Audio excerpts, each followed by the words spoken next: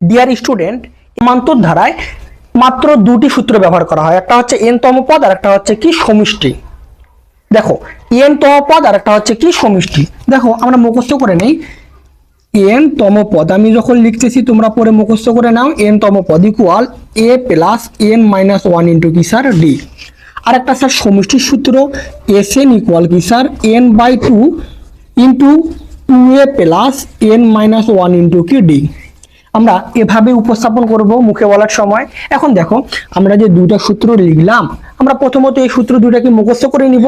এরপর দ্বিতীয় কাজ আমার হবে এই সূত্রে রাশি জয়টা আছে তয়টা রাশিকে চেনা, কোন রাশিতে কি হয়। দেখো আমি যখন n তম পদে গেলাম, প্রথমে কি পেলাম a, এতে কি দেখো তো কি, এটা হচ্ছে স্যার প্রথম পদ। কি পদ স্যার? প্রথম পদ। তাহলে জানলাম এটা হচ্ছে কি পদ? প্রথম পদ। এরপর n, তারপর কি d, আমরা আগে d তে লিখি। d হচ্ছে কি সাধারণ অন্তর, সাধারণ অন্তর, সাধারণ অন্তর, অন্তর। এরপর কি n, n টা হচ্ছে আমার স্যার পদ সংখ্যা, পদ সংখ্যা। n টা হচ্ছে কি স্যার পদ সংখ্যা।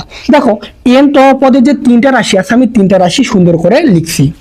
এরপর আমি সমষ্টিতে যাই, কয়টা রাশি ভিন্ন ভিন্ন পাই।